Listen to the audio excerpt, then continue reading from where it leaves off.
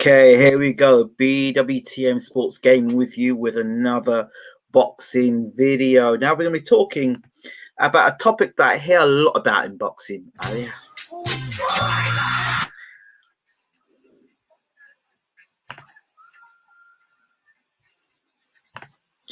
Topic I hear a lot about in boxing. Let me take this banner off. It's very nice, but off you go. Right. So there's a topic I hear a lot about in boxing. Before I continue, those of you who have not hit the notification bell, please do make sure you get it. Hit the bell. Make sure you've hit the notification bell to all. And those who are not subscribed, make sure you hit that subscribe button right now. Okay, so we're going to talk about today a topic in boxing that is quite popular, you notice it in comment sections. It's when you hear about sparring stories or you hear about rumors from the boxing gym. Okay, now please bear in mind that when I'm talking about this topic, there are what's the word? You still need to have a sense, a common sense about you, and to do some further research. Now, there are some things that in boxing, whether you're sparring or whether you're in the fight night, it's not going to change, just not going to happen. All right. So I'm going to talk about those things now, and I'm going to talk about why, regardless if he's sparring or she's sparring, that if those rumors come out, you need to worry. Story number one. If a person's getting dropped regularly in sparring, it is a cause for concern. Then if on fight night they're getting dropped as well in sparring, that's dropped in fights as well, that is also a cause of concern. It's happening in sparring, it's happening in fight time. There are stories you will hear in sparring, people getting dropped numerous occasions in sparring. You've got to ask yourself, and then you say to yourself, okay, if they're not getting dropped in big fights or they're not getting dropped in fights, then you have to ask yourself the question, look at their record, and then ask yourself the question when you're looking at their record, how many guys do they fight that legitimately can punch? This is something that we need to be aware of and pay attention of because it's so important. You know, if a guy has a record and in his career he hasn't faced a puncher, okay, and in his amateur career he was known to get dropped a lot in his amateur career, and then in sparring he's been dropped in sparring as well, and then he's not fighting guys that are punchers or getting near to his chin, that's a cause of concern. That's something you need to look at and think, okay, this guy's not fighting punches. Why is he not fighting punches? That's a reason why you would probably look and think, okay, let's just keep that on hold until he actually fights a legitimate puncher to see what he's about, how he responds to that situation. 2, things you cannot teach. You can't teach a good chin, no matter how good a fighter is. You can't teach a good chin. You can't teach, you could teach how to block punches and how to not get hit as much, so you don't engage as much. That's different. But to actually, durability is not something you can teach, okay? You can't teach. You either have the ability to withstand punishment on your chin, or you don't. It's as simple as that.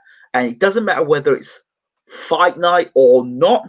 If you don't have a good chin, you just simply don't have a good chin. It's as simple as that. Okay, it's as simple as that. Now, sparring videos is another thing. To the trained eye, to the casual who watch a sparring session, they might see one fighter getting on top of another fighter. Okay, but you have to ask yourself the question, what were the instructions of fighter A and fighter B? If fighter A, for example, I've sparred guys that the instruction might be for me to attack, and I'm fighter A, and my job is to attack. Fighter B might just be to defend. Fighter B might be just to use the jab. Fighter B might be just look to counter. So if you get a snippet of sparring If you get a snip at sparring and you watch two guys going at it, there may be restrictions around how that sparring session is set up. Okay, it's not a case always of having you look at a sparring session, you might get a clip. Perfect example was probably when we saw the David Haye videos with Deontay Wilder. We saw David Haye getting on top of Wilder, throwing all these shots. That was probably the best clips put together of Haye throwing punches against Deontay Wilder, which made it look very good. And anybody can do it in a sparring session. They also did a sparring session where you had Chris Eubank Jr. and Carl Froch. They had clips there where Chris Eubank Jr. looked quite good, and you saw a little clip there where Froch looked okay. So you have to understand, unless you're there watching the sparring session yourself, in there watching the whole 6 rounds, and you'll listen to each corner and knowing what's going on, a clip in sparring is very deceptive, very, very deceptive. So, you know, a guy might be, you know, and sparring's an interesting situation because you could have a situation where not every day you're at your best in sparring. Some days you come in and you cannot be bothered. You just cannot be bothered to spar. You're just off. Your timing's off. Your sharpness is a little off. You know, you're tired. You know, you've been training. You're tired. You have fatigue and you're sparring. And the guy that usually you're able to get your right hand off, left hook, you're able to counter, he's getting on top of you, he's catching with shots. And that's just a bad day at the office. It happens. That's just human nature. All right. But like I said, when you look at these sparring videos, ask yourself the question at times, was it a controlled sparring session? Controlled meaning there were certain instructions put in place during that sparring session. Another thing you can't teach is a ticker, a heart. You can't teach heart. You hear these people, yes, Mark Flash, good to see you in the room. You hear these people in across YouTube, particularly, and on Twitter, that on the night he's gonna get it right. If you haven't got a ticker, if you've got a heart, in that heart means you haven't got the ability to dig in deep, or being an on-top fighter. In the gym, you're bullying everybody, you're beating everybody up in sparring. The level of sparring you have is not as good as it should be. You're sparring against guys who are beneath you, or guys that have got lower levels of ability to either absorb your punishment or able to maneuver themselves out of the way. All right. Seen some sparring session videos. For example, Chris Eubank Jr. sparring against heavyweights. But some of these guys may have had 2 or 3 fights. They're not really the legitimate heavyweights that have got good boxing ability, good boxing pedigree, guys who can protect and defend themselves. No, these might be just guys that are just, you know, they're just average guys that just in the ring who like to get fit and, you know, have a bit of spar because it's Chris Eubank Jr. Do you understand? I'm not digging Chris Eubank Jr. out here. I'm just giving examples of situations. So heart is something where you have to bite down on the gum shield. When the going gets tough, you can get going. Okay. Hello, Mahmood. How are you? When the going gets tough, you get going. You know, you're able to handle adversity. You're able to handle punishment, dish it out when a guy's on top or a girl's on top, and then you can fight back out. That you can come through a situation. There are fighters, well-known fighters, that when they're on top and when they're bullying a guy and when they're in charge, guy or girl, and they're in charge and they're behind the jab and they're throwing the right hand and they're throwing bombs, they're brilliant. They're fantastic. But when the punches start getting chucked back at them, they haven't got the willingness to fight back. They're not as spectacular. They don't look great. And this is something that we have to be aware of. Heart. Do you know what I mean? This is something where we hear in the gym, wow, well, you know, he lacks heart. If you hear stuff like he lacks heart, he's a good on-top fighter. His best work is in the gym. You hear stuff like that. It's, you know, so when a person lacks heart, that means when they get into a real fight, when somebody's going to throw punches back at them, that's a cause of concern. And if you hear stuff like that in the gym, he lacks heart, he lacks guts, he lacks determination and application in the gym. Stuff like a person not training hard, you know, Not when a guy says, "Oh, I've not been training," and you know that every time he's bang on the weight, he's always in shape, he's always body beautiful. I'm not talking about that type of fighters. I'm talking about fighters that generally do lack application. Those who turn up on the scales and are overweight, those type of guys, you need to watch out for them. You know, blowing up and down in weight, and those are some kinds of causes of concerns, because those guys who keep blowing up and down in weight like that, they actually are doing damage to their bodies and their careers. You know what I mean? Going up and down in weight like that all the time, not doing it in the right fashion. You know, so these guys' careers end shorter because of the constant strain of going up in weight and coming down in weight. But so there are rumors, there's stories in gyms we need to pay attention of. There were rumors, for example, like Ruiz was the example, but Ruiz was effective at a certain weight. You saw he was quite effective against Joseph Parker. So he had a track record of what he was doing. But there's some guys, like Riddick Bowe, for example, is a good example of a guy blowing up and down in weight. And Bowe's career ended earlier, way much earlier than it should have done, as he had no discipline outside the ring. So when he got inside the ring, the guy's weighing X amount of weight, and he has to take all that weight off before he comes into camp. That you know, Bowe's career could have been a lot longer than it should have been. It should have been a lot longer, but again, the weight and him fluctuating up and down in weight.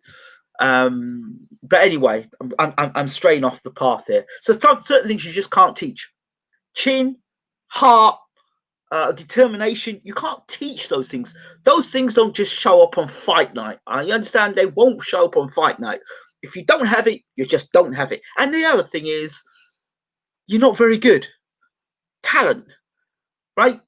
Some fighters are just not very good. There are some, like in football, there's some footballers who like Christian. Not everybody's going to be Cristiano Ronaldo or Lionel Messi, all right? Or Pele or Maradona or whatever. They're just great at what they do. And there are other guys who are just okay. They make up the numbers, right? And they're just average fighters. And they might sell themselves and tell you, I've got all these different levels, I've got all these plans. That's another thing. When these fighters say, I've got a plan A, a plan B, a plan C, a plan D. Okay, but let's actually examine that a bit more. Right, so we know you're short, you're squat, and what you do, you come forward and you throw shots to the body. Yeah? Your body shots, you like to use your weight, push people against the ropes, and then go to the head. That's your general way. That's your success. That is what you've done in 32 fights. We've got a track record of seeing that. Why are you on your 33rd fight suddenly going to step back, use the jab, and start boxing? You're not going to do that. So when you talk about plan A, plan B, plan C, plan D, who are you fooling? Because you've shown in 32 or 33 fights that you are going to perform better come fight night, but you've been doing the same thing over and over again. And this other thing, because a guy suddenly loses weight, he actually, for once, decides to be professional. He's going to be great. Yeah, but your skill set's always been garbage, and you didn't have the greatest chin anyway. And you know, you didn't have the greatest chin. You wasn't that good a fighter. Why suddenly you've lost some weight now? You're going to be a brilliant fighter. What? So 30 of your fights, you kind of came in out of shape and just about made the weight, or you came in and you looked disgusting. You know, you're unprofessional for 30 of your fights. You've been knocked about, dropped, and suddenly you've come out. You know what? It's a new me. For my 31st fight, I'm going to come out, I'm losing weight, I'm going to give it a go. That's a mentality. And it doesn't shift just like that. Mindset.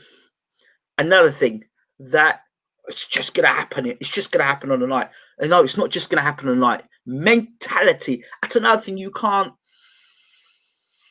just, it just doesn't show up on fight night. Okay. This is a deeper one. Now, I'll use myself as an example. Mentally, for me, when I used to box, I used to like to keep the fight long, use the jab, and find positions where to put the right hand in. I wasn't a person that liked to take too many chances. I was a guy that used to be able to use the jab to find a fighter, and I would only let my right hand go if I knew I was going to land it. Okay, so I wasn't a guy that came charging out first round and try to steamroll the guy. Why? Because my mentality was defense first. Defense first. And that was my mentality. No matter what my trainer would tell me, that was my mindset. So when I got out there, that's how I box, defense first. That's a mentality. That's not a that's within the DNA. That's my mindset. So what my trainer would have to do is convince me that this mindset and this behavior wasn't suitable for what I had to do come fight night, which would be my trainer would have to work my mindset and show me confidence that I could come forward and throw shots like that and go for it without having to be concerned of anything coming back at me. That's a mindset.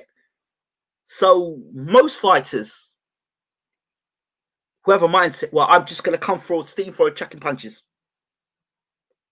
Right? Now you're going to tell that fighter to come and start try boxing. Or trying to teach a brawler suddenly how to box in one fight. That's not going to happen. I don't care who the trainer is. Your trainer needs about 3 to 5 fights where they can start to evolve a style. Oh, we're bringing this guy into camp for training. Maybe so. But if your skill set, you see, if you're not a highly skilled athlete or one who can learn quickly, you see, some guys have got the ability to learn and adjust. Some people are not adjustable, flexible. Some people are not flexible, right? And there's some people who are flexible. So that's another thing we need to think about as well. So when we hear these stories in sparring, or these sparring stories, we need to take into consideration all these reports. We need to take into consideration, okay, what's this guy's box record like? What's he fought like under the lights? What's his trainer like? What's the trainer's track record? What have they been like in the past? When you hear these stories, can you believe the trainers? These fighters who fought before and they've been beaten up before in fights, and they said, "Oh, I'm going to come up bigger and stronger." What exactly do they see? Can you actually see the changes that these fighters are making? And when you ask them, like, what changes have been made? Oh, well, I'm eating better. Oh, that's good. So you're gonna have your diet's gonna be more in control. Okay, fine.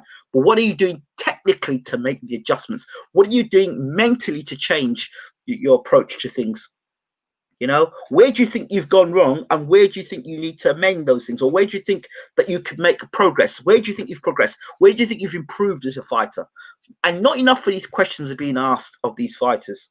So some sparring rumors are just that, just stories put out there for sensationalism, and sometimes put out there to throw the other fighter off. Okay, so, and you also have to remember one other thing that's very important. There are things called non-disclosure. So there are some camps that you go into and they do sparring, but before they enter the camp, they've got to sign a form that says, look, hey, you know what? If you're going to come spar with our guy, no cameras, and whatever happens in the gym stays in the gym. And if you decide to open your mouth, be prepared to pay a hefty fine. Okay, so you're talking legal here.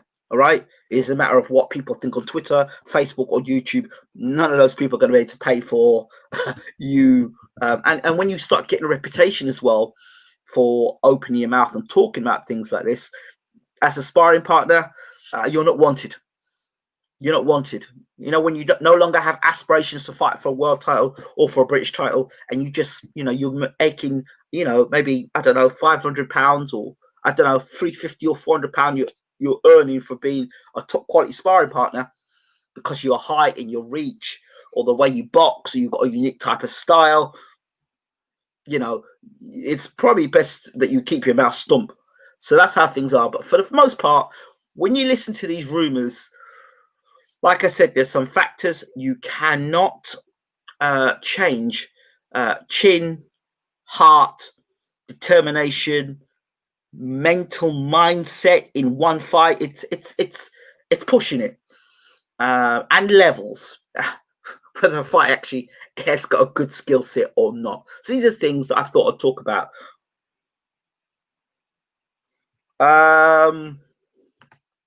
What do you think of Fury saying agreed Femi bashing him up in sparring? You believe that happened, or could it be Tyson building up hype and rivalry? Well, it could be true. It could be true. You know, Tyson may have got in ring, gone and spar Joshua, and was unprepared totally. He thought, this is a big muscle bound guy, or maybe Joshua wasn't muscle bound that time. He came and said, yeah, he's a young guy. Let's get a spar. It happens. You go in there and you spar a guy, and when you're actually in there, you realize this guy's physically stronger than you. The guy's got a decent jab. He's quick with his hands. He can close the range down quicker than you thought. He wasn't what you usually would spar, and so the fact that he's not familiar causes situation to begin bashed up in sparring. It happens. I mean, what do you mean by he got bashed up in sparring? I mean, if he's so quick about talking and he got bashed up in sparring, is it the same bashed up in sparring which relates to getting knocked out in sparring or dropped in sparring by Dillian Whyte? This is the question. Because Dillian Whyte says that he did it numerous times. Cameron, I just spoke about sparring is not sparring. That is something that is absolutely crap. Sparring is not sparring because there are certain things, like I explained before at the top of the show. Sparring is not sparring. If you haven't got a good chin, if you haven't got good skill set, if you haven't got heart, if you haven't got determination, sparring isn't just sparring. Because if you haven't got those things, regardless if you're sparring or you're not sparring, come fight night, those things will come out.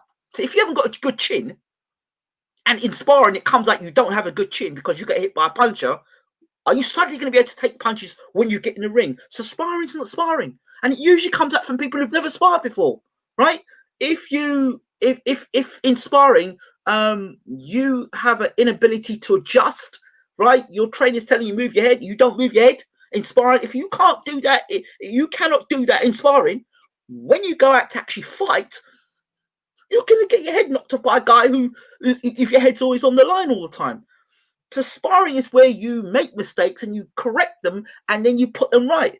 But if you're not doing it in sparring and if you're not correcting those things in sparring, so sparring does matter. And sparring sessions, they're like, depending on the type of sparring session, it does matter. For example, if my trainer says to me, right, you're going over to Joe Bloggs' gym tonight and you're going full out. We want you to have an aggressive sparring session to prepare you. We've got you, you're in fit, you're shape, you're ready to go, and both guys are going at it. And the guys coming in, they're both going at it. That's what it is. A certain, like an intense sparring session, right? Which you do get them. That does matter because I'm using my jab, I'm using my right hand, I'm throwing my left hook, I'm throwing my punches with an intention. So sparring does matter, right? Sparring does matter, and it does have an effect because guys who get knocked out in sparring, it does have a play an effect when they fight. There are some guys who get knocked out in sparring, you wouldn't know it, but when they go out and fight, they're gun shy because they know they have been knocked out in sparring. So when people say sparring doesn't matter, it comes from people who've never sparred before. Often comes from people who've never sparred before. So I disagree, but sparring does matter, and some things we should pay attention to. Clips on YouTube of people getting dropped in sparring, you know, you look at them and go, okay, fine. But you log it and you think, okay, fine. But you don't make a big thing of it. But when you don't have a good chin, regardless if you're sparring or you're not sparring, you just don't have a good chin. And if you cannot deal with southpaws, for example, if you're having problems with southpaw and sparring, then you go come fight night, you can't fight southpaws. That's it. But people like to dismiss things that they should be listening to and pay attention to.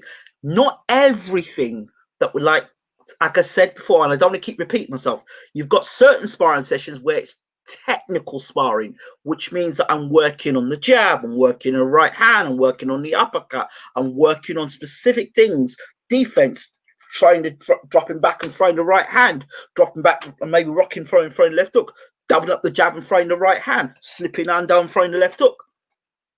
I might be doing technical sparring.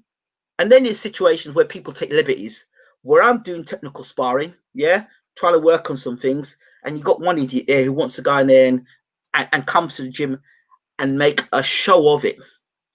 Yeah, so that is those are situations like where people take advantage, and it happens.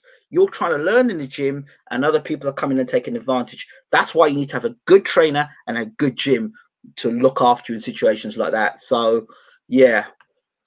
Stavern said Adonis Stevenson hit him harder than any heavyweight on England show once in sparring. Does that mean he could be a heavyweight champion? No. Well, I would disagree with you on that point, my friend. I would disagree with you on that point. I believe if Adonis Stevenson hits many heavyweights, that he can knock him out. Are you telling me that if you put Adonis Stevenson in the ring with what's his name, Manuel Shah, that Adonis Stevenson would get beat by Manuel Shah? It's again matchmaking. So again, that point that you've made there, rip it to shreds, because Michael Moore's been heavyweight champion of the world. James Toney's been heavyweight champion of the world. Roy Jones, Mike Tyson, Roy Jones, James Toney's been heavyweight champion of the world. Do you understand? So when you say that, and you say, could he be heavyweight champion of the world? Again, rip that to shreds and say, no, he could become heavyweight champion of the world. Not Fury or Joshua, the big ones. Okay, but you just said he couldn't be heavyweight champion of the world. And Joshua and Fury only today. Joshua and Fury weren't champions 10 years ago. So what are you talking about? Don't make sense. So it's matchmaking, it's management, it's time, it's season, matching right. That's why we've got matchmakers in boxing. So that's why they're there, and that's why boxing's a business. If everyone thought the way you thought, Cameron, then certain fights just wouldn't be made. Roy Jones would never fight John Ruiz for the heavyweight championship of the world. You know what I mean? Because you can't do that. It's not possible, but it is possible. And history is the best teacher.